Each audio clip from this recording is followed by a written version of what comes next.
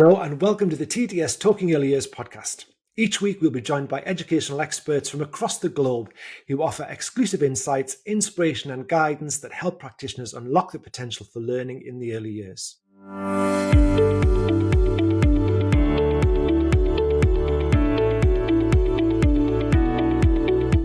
Hello, my name is Alistair Bryce-Clegg and I'm your host for this week's TTS Talking Early Years podcast. I'm an early years consultant, trainer and author.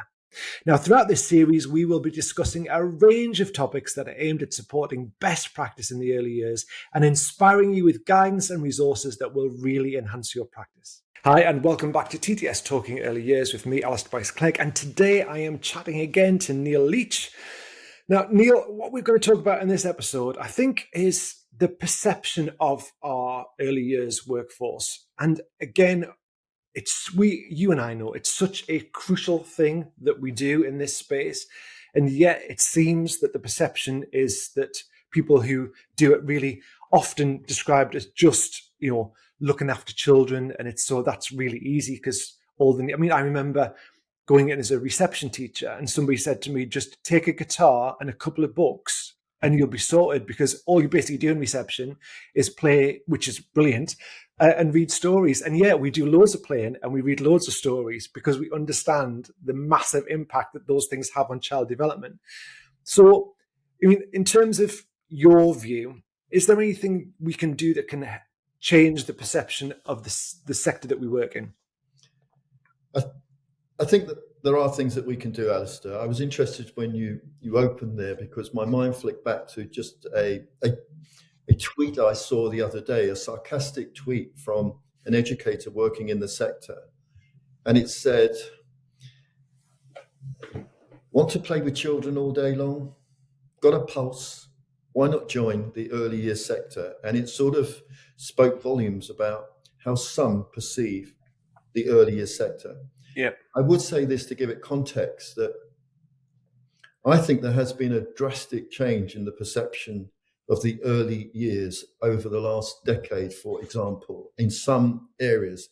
So I look back to press and media, for example, and I can recall many of the headlines that used to appear: greedy providers, looking after our children, looking after as opposed to educating, developing.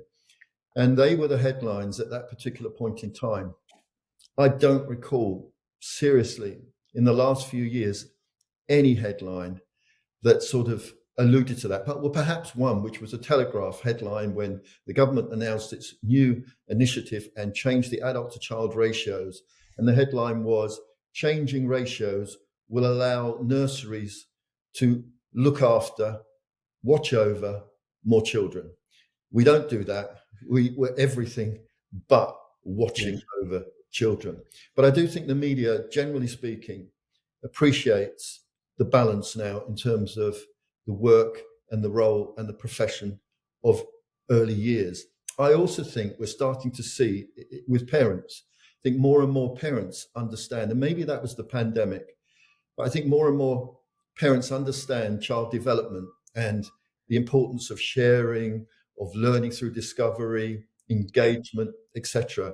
So actually, I think the biggest challenge that we've got, dare I say, is probably with those responsible for the policies that are developed at this particular point in time, because very few policies go beyond pushing parents back to work. Yeah. I think the recent change in ratios was a very good example of that, where we had a petition set up by parents which reached over 100,000, had a parliamentary debate. We had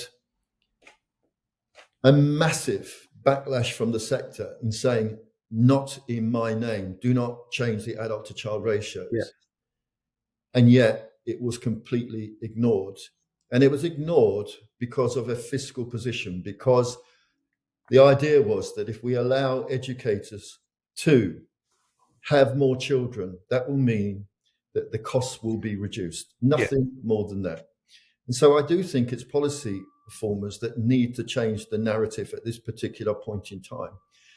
And that also leads to, I guess, how we would respect the sector, how we would turn the sector from being viewed in many quarters as being an extended babysitting service to the profession that it deserves. You said at the outset that we all understand the critical importance. There is such a wealth of research out there, from Heckman through to many others, that demonstrates the return on human capital investment if you do it in the earliest years.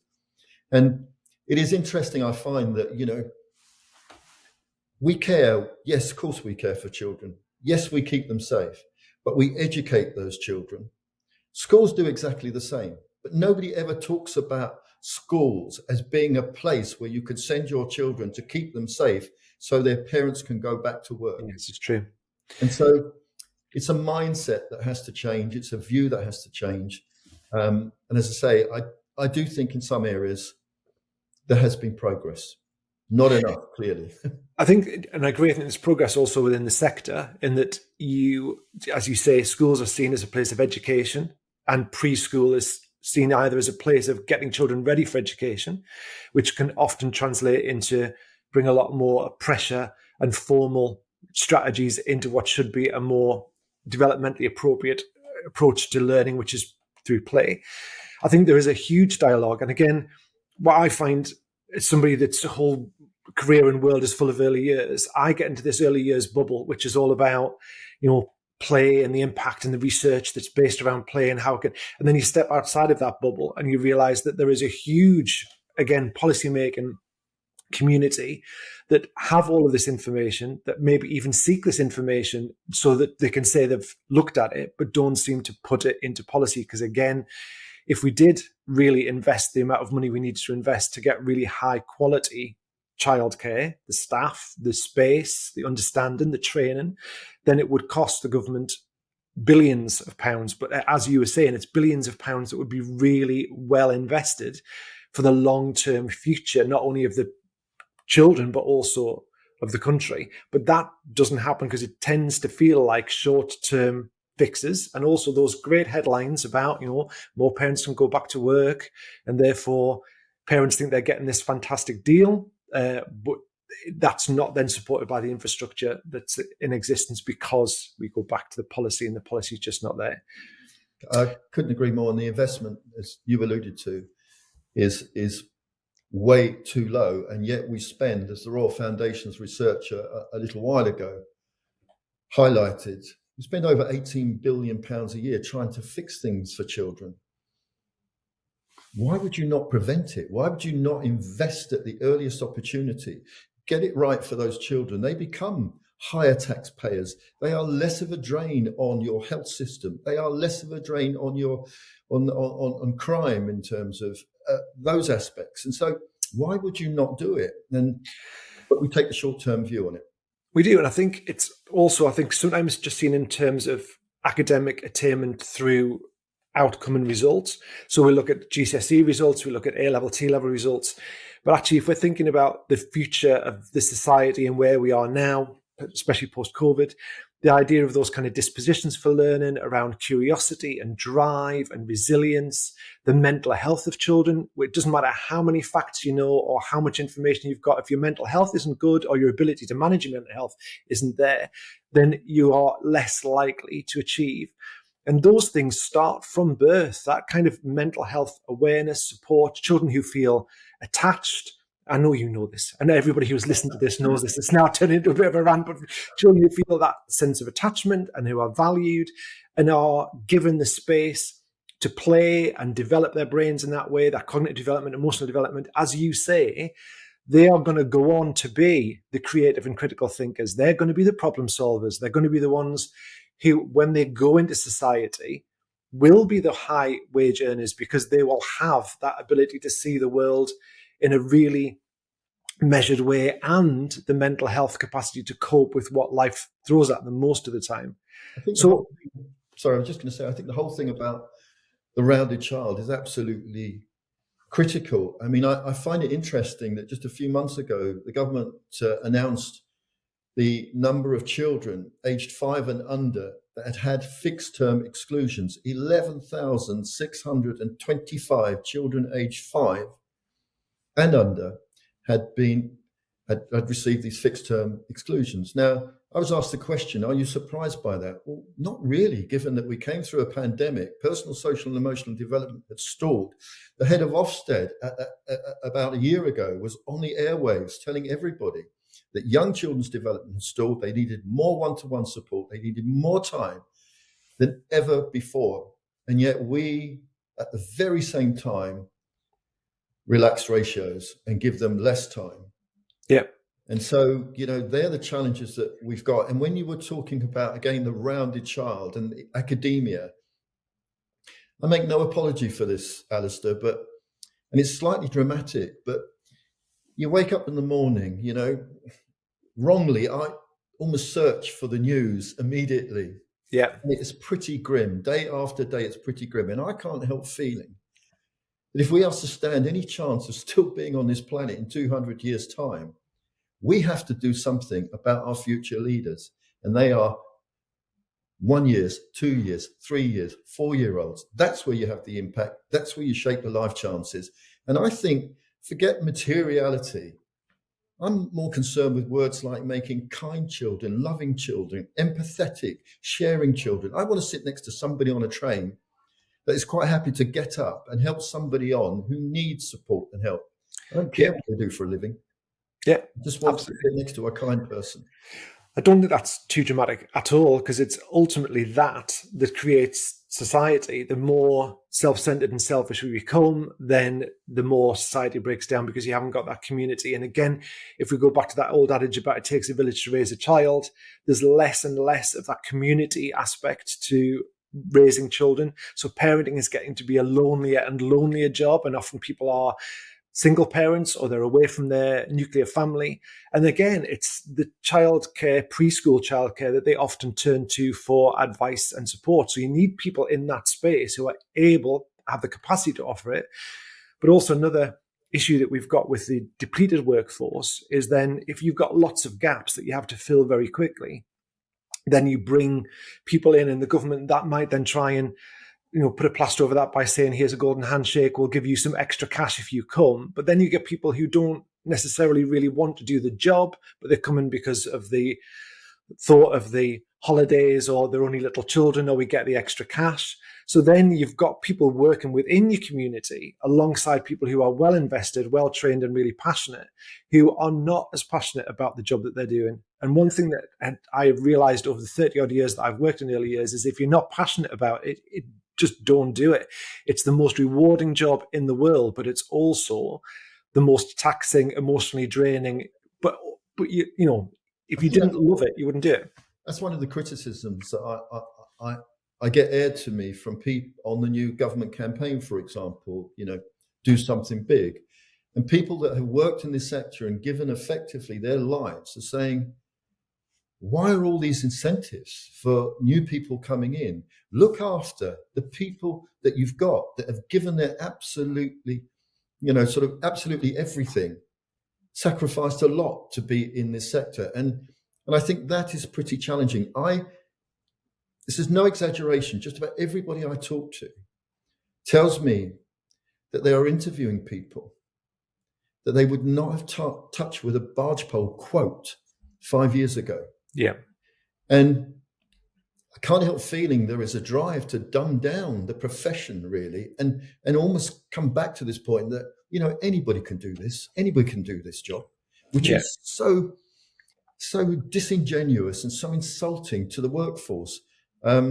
We have a position whereby, for example, our workforce, nearly 50% of the people that work in early years are having to claim benefits. I mean, that's pretty appalling. I was giving a talk the other day in a university, and somebody held up this sign and it just said, why minimum wage? When the government recently announced that it was going to index link the rates for 25 through to 27, it announced very proudly that it would be linked to the national minimum wage, because they claimed, we know it really impacts your sector. And they announced it in such a proud way. We should be ashamed of that, appalled by it. Yeah. And the fact that you attract somebody with £1,000 bonus to come in, and then they realise this is tough. This isn't easy. This takes special people. Yeah. This takes people with real heart, real dedication. That's not what you should be bringing into this sector. You should be making it such an attractive profession that people feel valued and that they want to do this job for the right reasons, and that not worrying about whether they can put bread on the table for their own family. Exactly. And it just means that people are stretched in so many different ways. And I think also in terms of things like ongoing training, there's so much to learn about child development. And again, we all, when I started way back in the early 90s, I am a bit frightened and horrified by my lack of knowledge that I was actually in charge of children and what I know now compared to then. It's a lifelong journey. But if you are being really stretched, if you are tired, if you're demotivated, if you're exhausted, the last thing you want to do is pop onto Zoom at the end of the day and have an hour and a half's training with somebody, or you just haven't got capacity to allow your staff to be trained. So you then get little bubbles of staff that stay in the same place, especially if they've got lack of experience or a lack of knowledge within the sector. And again, that stops things from moving forward. Yeah, no, I agree. There's one, I sort of came from a finance background originally, Alistair, and there's a statistic that I picked up last year from Mortgage Strategy, and it was that if you're working early years and you want to buy the average house in England, you need to have 5 early years educators living in that house, combining their income to buy an average house in England. Whereas, and I don't mean to demean any other profession, but I want to give context to this. If you are a refuge collector, you only need 3 of those people living in that house. If you're a postal worker, you only need 2.5 people living in that house, combining their income to be able to purchase it. Yeah. What does that say about how we value? Comes back to your original point. How do we value our workforce? And your point about how the policymakers understand the importance of child development and its impact on our society and, again, a little bit dramatic, the world. Well, it's not dramatic, really. So therefore, it just, and we keep coming back to this point, and we're not going to find a solution for it, but it just doesn't appear to make any sense that actually we've got this absolute gold mine where we can actively influence the children who are going to be the adults of the future with a quality workforce, with quality environment, with quality training based on research. And yet we find ourselves having this conversation where you've got people who are lured in with golden handshakes, people who are underfunded, underpaid, and can't then exist within the structure of society if they choose this as a profession. So it all appears back to front. I think, again, we come back to the fact that I've never worked in another sector. I mean, I had a brief foray into McDonald's as a student, but other than that, I've only ever worked in education and child development. But it's one of the most passionate sectors I've worked in. But the sense of community, and I know that from my own social media platforms, the sense of community that you get, that people are there, to share, to support. I mean, not always, and some platforms are better than others, but the majority of practitioners and early years people I work with are part of making it work, understanding. It's a little like Dunkirk spirit. We are fighting against this policy monster, but fundamentally we believe that we're going to make a difference, and that's why we stick with it. And I think parents, the one area that I didn't touch on when I was talking about perception, I think we have to hang on to what parents sometimes say. I have enough letters and references that have come my way from parents that sort of said, not only did you change our lives in the way we were having to support our child, you helped us as individuals. Our people, when I was reading a Telegraph article about, what we do is watch over children, the thing that came into my mind was, I've spoken to a lot of early years educators. They're marriage counsellors. They are health visitors. They are social workers. Yeah. They're educationalists. Never have I ever come across an individual that just watches over children. So parents, I think, start to get it and value the work. So that's some consolation, I think, for our colleagues. Every now and again, when perhaps a parent says, thank you so much, I thought my child was the only child that didn't sleep through the night or wouldn't do this, etc. Yeah.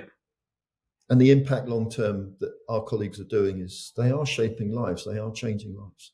Absolutely. And I think in terms of finding a good spot to end this little chat, I think what we can say is that there are lots of people out there who are fighting the corner, who appreciate that you do make a vital difference to the lives not only of the children that you work with, but also their wider community, parents, grandparents, and that we will keep fighting that fight in all the capacity that we've got, but that you are seen, you are recognised. And again, come back to the point of, find your community and share those wins as well as sharing those frustrations, because that's where you're going to find your support. Absolutely. Thanks again, Neil, for another really interesting conversation. And for everybody listening, don't forget to join us again, because in the next podcast, I'll still be chatting to Neil, and we're going to talk a little bit more about SEN and SEND funding.